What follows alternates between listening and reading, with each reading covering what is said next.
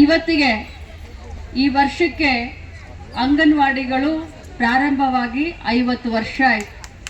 ಸುವರ್ಣ ಮಹೋತ್ಸವವನ್ನು ನಾವು ಆಚರಣೆ ನವೆಂಬರ್ 19ರಂದು ದಿವಂಗತ ಶ್ರೀಮತಿ ಇಂದಿರಾ ಗಾಂಧೀಜಿಯವರು ಅಂಗನವಾಡಿಯವ್ರನ್ನ ಮಾಡಿದರು. ಸೊ ಅವರ ಜನ್ಮದಿನದಂತೆ ಸುವರ್ಣ ಮಹೋತ್ಸವವನ್ನು ಆಚರಣೆ ಮಾಡಬೇಕು ಮತ್ತು ತಮ್ಮನ್ನೆಲ್ಲರನ್ನೂ ಕರೆದು ಆಚರಣೆ ಮಾಡಬೇಕಂತ ನಾವು ಇವತ್ತು ಸಂಕಲ್ಪವನ್ನು ಮಾಡಿಕೊಂಡಿದ್ದೇವೆ.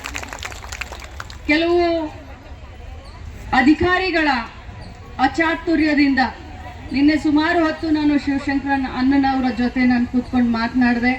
ಸುಮಾರು ಬಾರಿ ಜಯಮ್ಮನವರು ತಮ್ಮ ಕಷ್ಟಗಳನ್ನು ನನಗೆ ಹಂಚಿಕೊಂಡಿದ್ದಾರೆ. ಕೆಲವೊಂದು ಅಧಿಕಾರಿಗಳ ಅಚಾತುರ್ಯದಿಂದ ತಮ್ಮ ಗ್ರಾಜ್ಯುಯೇಟಿ 2011ರಿಂದ ನಿವೃತ್ತ ಆದರೂ ಎಲ್ಲರಿಗೂ ಅದು ಸೌಲಭ್ಯ ಜಾರಿ ಆಗಬೇಕಾಗಿತ್ತು. ಆದರೆ 23ರಿಂದ ಅದು ಜಾರಿಯಾಗಿದ್ದು ನನಗೂ ಅನಿಸುತ್ತೆ ಅದು ತಪ್ಪಾಗಿದೆ ಅಂತ ನನಗೂ ಕೂಡ ಮನವರಿಕೆ ಆಗಿದೆ. ನಾನು ಆದಷ್ಟು ಬೇಗ ಇದನ್ನು ಸರಿ ಮಾಡಲಿಕ್ಕೆ ತಿದ್ದಲಿಕ್ಕೆ ನಾನು ಪ್ರಯತ್ನ ಮಾಡ್ತೀನಿ. ತಾವು ತಮ್ಮ ಧ್ವನಿಯನ್ನು ಇಲ್ಲಿ ನಮಗೆ ಮುಟ್ಟಿಸ್ಬೇಕಂತೆಲ್ಲ ಬಂದಿದ್ದೀರಾ. ಆದರೆ ನಾನು ನಿಮಗೆ ಪದೇ ಪದೇ ನೀವು ಇಲ್ಲಿ ಕೂತ್ಕೊಂಡಾಗ ನಾನು ಮಾಡ್ತೀನಿ ಅಂತ ಪದೇ ಹೇಳ್ತಾ ಇದ್ದೀನಿ.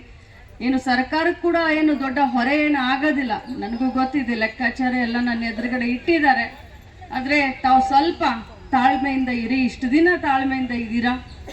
11ರಿಂದ 22ರವರೆಗೆ ಅದೇನಿದೆ, ಎಷ್ಟು ಜನ ಇದ್ದಾರೆ ಅನ್ನೋದೆಲ್ಲ ನನಗೆ ಕಲ್ಪನೆ ಇದೆ. ನಾವು ಒಮ್ಮೆ ಅಲ್ಲ 3-4 ಬಾರಿ ಫೈನಾನ್ಸ್ ಡಿಪಾರ್ಟ್ಮೆಂಟ್ ಅವರನ್ನು ಕರೆದು ಇದ್ರ ಬಗ್ಗೆ ನಾವು ಮಾತನಾಡಿದ್ದೀವಿ. ಆದರೆ ಸ್ವಲ್ಪ ನಮಗೆ ಹಿನ್ನಡೆ ಆಗಿದೆ. ಫೈಲು ಅಷ್ಟೊಂದು ನಮಗೆ ಕ್ಲಿಯರ್ ಆಗಲಿಲ್ಲ.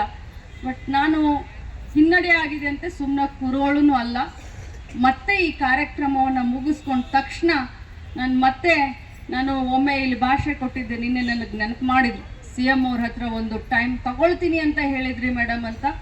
ಸೊ CM ಅವ್ರ ಹತ್ರ ಟೈಮ್ ಆದರೂ ತಗೊಳ್ತೀನಿ, ಇಲ್ಲ ಅಂತಂದರೆ ಇವ್ರನ್ನಷ್ಟೇ ಕರ್ಕೊಂಡು ಹೋಗಿ ನಾನು ಮಾತಾಡಿ ಫೈನಾನ್ಸ್ ಡಿಪಾರ್ಟ್ಮೆಂಟ್ನಲ್ಲಿ ಇದನ್ನು ಕ್ಲಿಯರ್ ಮಾಡಿಸ್ಕೊಡ್ತೀನಿ ಅನ್ನೋಂಥ ಮಾತನ್ನು ಹೇಳಿ